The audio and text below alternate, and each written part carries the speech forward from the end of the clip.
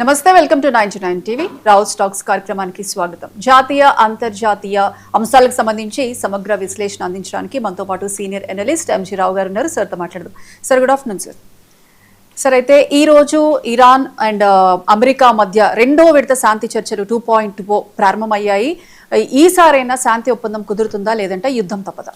Yes అండి, ఇప్పుడు ఫిబ్రవరి 28న మొదలైన యుద్ధం ఏప్రిల్ 8 వరకు 39 రోజులు భీకర యుద్ధం తర్వాత ఏప్రిల్ 11వ తారీఖున మొదటి దఫా శాంతి చర్చలు ఇస్లామాబాద్లో ఇరాన్ అమెరికాల మధ్య జరగడం, అవి కొలాప్స్ అవ్వడం జరిగింది. ఇప్పుడు రెండవ దఫా చర్చలకి రావడం ఎప్పుడు అనుకున్నది ఇప్పుడు ఇది ఒక రియలైజ్ అయినట్టు తెలుస్తుంది మనకి. ఇప్పుడు ఇస్లామాబాద్ వేదికగా శాంతి చర్చలు రెండవ దఫా చర్చలు మొదలయ్యాయి అనేది ఇప్పుడు పూర్తిగా మనకి సమాచారం వచ్చింది. ఈ శాంతి చర్చలకి ఇరాన్ తరపున ఇరాన్ విదేశాంగ శాఖ మంత్రి మనకు అబ్బాస్ అరాక్చి అటెండ్ అవ్వడం, ఇటు యునైటెడ్ స్టేట్స్ ఆఫ్ అమెరికా తరపున ఈ డొనాల్డ్ ట్రంప్ అల్లుడే జేర్డ్ కుషనర్, తర్వాత స్టీవ్ విట్కాఫ్, వీళ్ళిద్దరూ ప్రతినిధులు అటెండ్ అవుతున్నారు. కానీ మొదటి దఫా శాంతి చర్చల్లో అటెండ్ అయిన US vice president JD Vance రావడం లేదు. ఇరానియన్ స్పీకరు బాగేర్ గాలిబాఫ్ కూడా ఇక్కడికి రావడం లేదు. కానీ ఈ శాంతి చర్చలు మాత్రం ఒకప్పుడు అంటే యుద్ధానికి ఫిబ్రవరి 28 యుద్ధానికి ముందు కొనసాగిన 2 నెలల పాటు శాంతి చర్చల్లో కూడా ఉన్న ప్రతినిధులే వీళ్ళు. ఎవరు? అబ్బాస్ అరాక్చి ఇరానియన్ విదేశాంగ శాఖ మంత్రి, స్టీవ్ విట్కాఫ్, జేర్డ్ కుషనర్. అంటే ఈ శాంతి చర్చలు యుద్ధానికి ముందు ఉన్న డిమాండ్ల ఆధారంగా కొనసాగుతున్నాయి. అంటే చాలా కన్స్ట్రక్టివ్గా, ఒక నిర్మాణాత్మకంగా శాంతి చర్చలు కొనసాగుతున్నాయని తెలుస్తుంది. ఇది ఒక మంచి శుభపరిణామం. మరి ఇప్పుడు శాంతి చర్చలకు వచ్చే ముందు ఇరానియన్ ప్రతినిధులు ప్రకటించింది అబ్బాస్ అరాక్చి ప్రకటించిన విషయం ఏంటంటే, మేము యుఎస్ ప్రతినిధులతో డైరెక్ట్గా మీట్ అవ్వము, మేము పాకిస్తాన్ మధ్య వారధిగా ఉంటే మేము మాట్లాడుతూ ఉంటాం, కానీ మేము ఇస్లామాబాద్ వెళ్తున్నామని చెప్పడం జరిగింది. United states of America president ఏం చెప్తున్నారు? 80% శాంతి చర్చలు సక్సెస్ అవుతాయి, 80% డీల్ అవుతుందని యుఎస్ ప్రెసిడెంట్ చెప్పడం. కానీ ఇక్కడ ఇరాన్లో ఏంటంటే ఒక రకమైన అంతర్గతమైన తిరుగుబాటు అనేది ఒకటి వస్తున్నట్టు తెలుస్తుంది. ఎందుకంటే ఈ గాలిబాఫ్ రావడం అనేది కొన్ని అనుమానాలను రేకెత్తిస్తుంది. ఎందుకంటే ఇప్పుడు అబ్బాస్ అరాక్చి వెనకాల ఇరానియన్ ఐఆర్జీసీ సైనిక ప్రతినిధులు ఉండడం అనమాట. అంటే ఏంటి? వీళ్ళు చాలా జాతీయవాద భావంతో, ఇస్లామిక్ యాటిట్యూడ్స్తో ఉంటారన్నమాట. వీళ్ళు అమెరికా చెప్పే బేరాలను అంత ఈజీగా ఒప్పుకునే పరిస్థితి లేదు. అందువల్ల కాస్త నీలి నీడలు ఉన్నాయి. కానీ ఇప్పుడు శాంతి చర్చలు 2.0కి సంబంధించి మనం చర్చించవలసి వస్తే ఇరాన్ ఏంటంటే 10 డిమాండ్లు పెట్టడం జరిగింది. యునైటెడ్ స్టేట్స్ ఆఫ్ అమెరికా 16 డిమాండ్లు పెట్టడం జరిగింది. దీని మీదే శాంతి చర్చలు కొనసాగుతున్నాయి. కానీ ముఖ్యంగా ఈ శాంతి చర్చలకు సంబంధించిన ముఖ్యమైన విషయాలు ఏంటంటే, ఒకటి Hormuz strait, 2 Iranian nuclear programme. ఈ 2 ప్రధానం.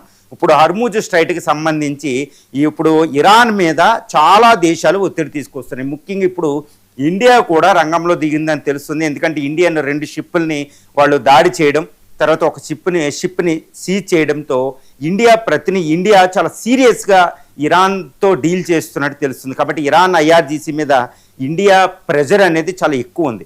కాబట్టి ఐఆర్జీసీ ఇటు ఇరాన్ ప్రతినిధులు కాస్త తగ్గినట్టు తెలుస్తుంది, అమెరికా కూడా కాస్త తగ్గినట్టు తెలుస్తుంది. ఎందుకంటే హర్మూజ్ స్ట్రైట్ ఈ విషయం మీద ఇప్పుడు శాంతి చర్చలు ప్రస్తుతం కొనసాగుతున్న ఇస్లామాబాద్లో. ఈ హర్మూజ్ స్ట్రైట్కి సంబంధించి యుఎస్ అనేది ఏంటంటే, హర్మూజ్ స్ట్రైట్ని పూర్తిగా according to United Nations convention of law of seas ప్రకారం మీరు ఓపెన్ చేయాల్సిందే, అక్కడ టోల్ ప్లాజా పెట్టి టోల్ వసూలు చేయడం కుదరదు అనేది అమెరికా చెప్పేస్తుంది. ఈ విధమైన డిమాండ్ ఇప్పుడు అమెరికా ఒకప్పుడు డిమాండ్ చేసింది డొనాల్డ్ ట్రంప్. కానీ ఇప్పుడు ఇదే డిమాండ్ని అక్రాస్ ది వరల్డ్ అంటే ఏంటి? ఇండియా డిమాండ్ చేస్తుంది, జపాన్ డిమాండ్ చేస్తుంది, సౌత్ కొరియా, తర్వాత ఈజిప్టు, టర్కీ, ఈ గల్ఫ్ జీసీసీ కంట్రీస్, అదేవిధంగా నాటో కంట్రీస్ కూడా ఇదే డిమాండ్ చేస్తున్నాయి. కాబట్టి ఇరాన్ ఇప్పుడు హర్మూజ్ స్ట్రైట్ మీద మెట్టు దిగాల్సిన అవసరం ఇప్పుడు తారసపడింది. ఇది ఇప్పుడు దాకా యుఎస్ ట్రంప్ డిమాండ్ అనమాట. ఇప్పుడు వీళ్ళ డిమాండ్ కూడా అయింది, ఇంక్లూడ్ ఇండియా. కాబట్టి ఇరాన్ తగ్గి తీరాల్సిందే అనేది ఇక్కడ తెలుస్తుంది. ఆ విషయం మీద తొందరగా ఒప్పందం కుదిరే అవకాశం ఉంది. ఎందుకంటే ఇరాన్ కూడా ఎక్కువ అబ్జెక్ట్ లేదు. కానీ రెండోది ఏంటంటే, ఇరానియన్ యొక్క nuclear programme.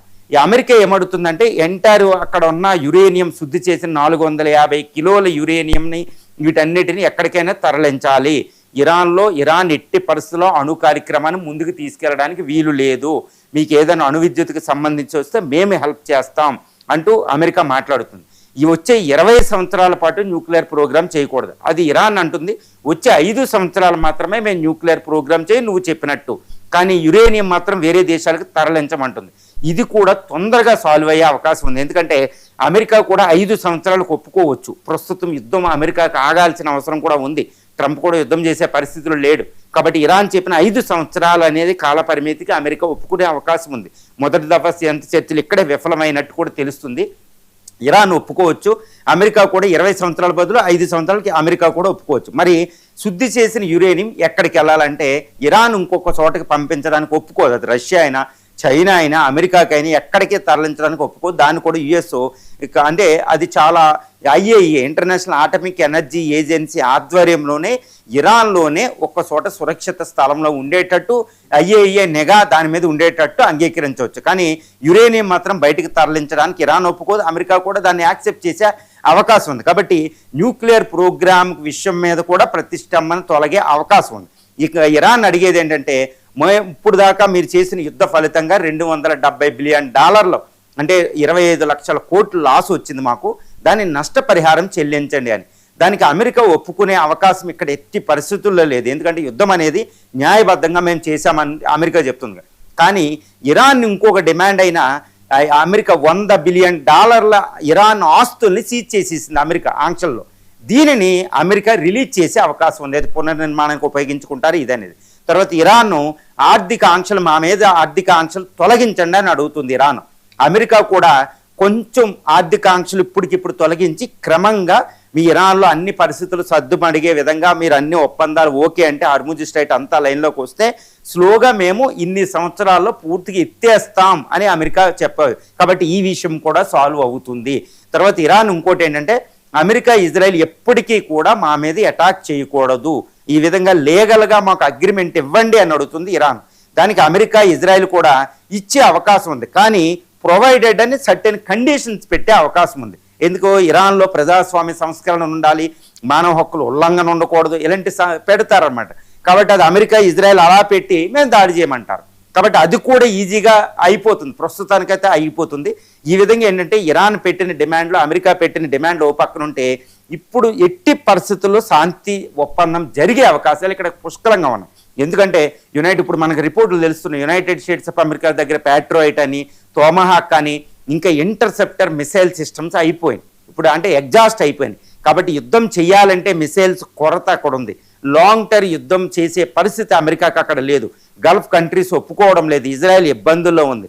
United states of America ఇంటర్నల్గా కూడా ట్రంప్కి వ్యతిరేకత ఉంది. ఎట్టి పరిస్థితుల్లో కూడా అమెరికా యుద్ధాన్ని పొడిగించే అవకాశం అక్కడ లేదు. అందుకే ట్రంప్ ఇన్ని శాంతి చర్చలకి ఆయనే వెనక్కి తగ్గి శాంతి చర్చలు రండి రండి రండి అని ట్రంప్ అడగడం అంటేనే ఇక్కడ మనకు అర్థమైపోతుంది. So US is not in a position to continuation of this war అనమాట. ఇరాన్లో కూడా భీకరమైన పరిస్థితులు ఉన్నాయి. ఇప్పుడు ఇరాన్లో ఎంతో నష్టం జరిగింది. ప్రజలు ఇప్పుడు యుద్ధ కాంక్షతో ఉండొచ్చు, ఎందుకంటే మా నేషన్ చాలా ఇన్సెక్యూరిటీగా బయటోడు వచ్చి అటాక్ చేస్తున్నాడని ఉండొచ్చు. కానీ ఇరాన్లో పరిస్థితులు యుద్ధాన్ని ముందుకు తీసుకెళ్లే పరిస్థితి లేదు. అది కూడా యుఎస్ ఒకవేళ మళ్ళీ యుద్ధం కొనసాగిస్తే కొన్ని గంటల్లోనే వినాశనాన్ని క్రియేట్ చేసే కెపాసిటీ అమెరికాకు ఉంటుందండి, అది కాదనకూడదు. కాబట్టి ఇరాన్ యుద్ధం చేయకుండా ఇప్పుడు శాంతి చేసుకోవడమే ఉత్తమం. ఇంకా మనం పునర్నిర్మాణంలో భాగం అవుదాం. ఇప్పటికే విజయం సాధించాం కాబట్టి ఈ విజయాన్ని నిలబెట్టుకుందాం అనేది ఒకటి ఇరాన్లో ఒకటి వచ్చిందనమాట. ఈ విధంగా ఇరాను అమెరికాలు రెండూ కూడా శాంతి చర్చలు కూర్చున్నాయంటే శాంతి ఒప్పందం కుదిరే అవకాశం ఉంది. డిమాండ్లు కూడా సాల్వ్ అవుతున్నాయి. కాకపోతే ఇక్కడ చైనా చేసే వ్యవహారం, చైనా మాత్రం ఇరాన్ అంత ఈజీగా ఒప్పుకునేటట్టు చేయకపోవచ్చు హర్ముజ్ స్ట్రైట్ మీద. కానీ ఇరాన్ కూడా ఎంత చైనా బెట్టి పట్టినా తన యొక్క ఇంట్రెస్ట్లను తను చూసుకునే అవకాశం ఉంది.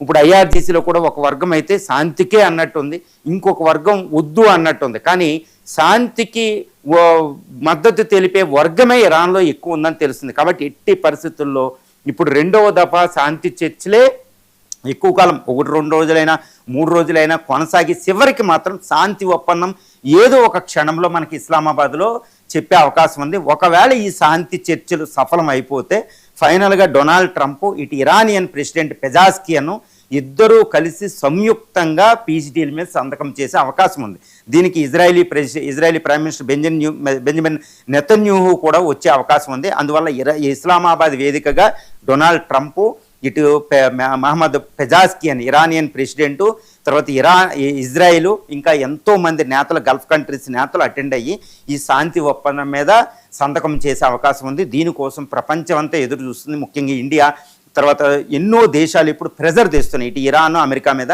గల్ఫ్ కంట్రీస్లు కూడా అమెరికా మీద తీవ్రమైన ప్రెజర్ తెస్తున్నట్టు తెలుస్తుంది. కాబట్టి